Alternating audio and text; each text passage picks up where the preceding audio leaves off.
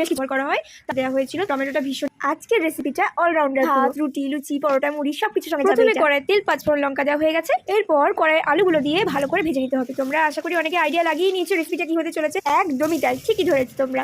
আজকের রেসিপিটা বেগুন আলুর তরকারি হচ্ছিল টমেটো দিয়ে বেশ টকটক করে। আর ওই তারপর আলুর সঙ্গে দিয়ে দেওয়া হয়েছিল সামান্য পরিমাণ মতো আদা, সেটা আলুর সঙ্গে ভেজে নেওয়া হলো। এরপর দিয়ে দেওয়া হয়েছিল কেটে রাখা বেগুনগুলো। আলুতে বেগুনে সামান্য কিছুক্ষণ নাড়াচাড়া করতেই বাড়িতে থাকা সেদ্ধ করে রাখা সামান্য কটা ডাটা ছিল সেগুলো আর কি দিয়ে দেওয়া হলো।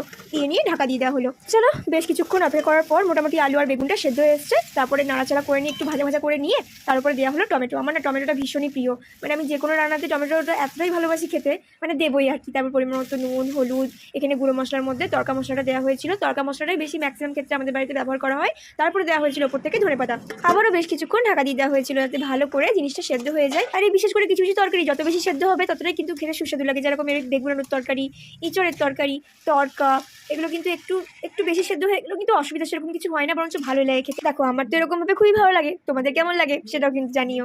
এরপর অল্প অল্প করে জল দিতে থেকে বেশ কিছুক্ষণ নাড়াচাড়া করার পরে শেষবারের মতন আরও একটু জল দিয়ে বেশ কিছুক্ষণ ধরে ফুটতে দেওয়া হয়েছিল। একেবারে ঘরোয়া পদ্ধতিতে অল্প আঁচে, অল্প তেলে, অল্প মশলাতে কতটা সুন্দরভাবে তরকারিটা সেদ্ধ হয়ে পরিপক্ক হয়েছে তোমরা দেখেই বুঝতে পারছো আশা করি। আর আমার এই ভিডিওটি তোমরা যেখান থেকে দেখছো, ইউটিউব বা ফেসবুক, সম্পূর্ণ ভিডিওটি ভালো লাগলে অবশ্যই ফলো অ্যান্ড সাবস্ক্রাইব করে অবশ্যই কিন্তু পাশে থেকে। সম্পূর্ণ নিরামিষ এবং অল্প সামান্য কিছু তেল মশলার মধ্যে এই বেগুন আলুর তরকারিটা তোমাদের কেমন লাগলো জানিও কিন্তু অবশ্যই।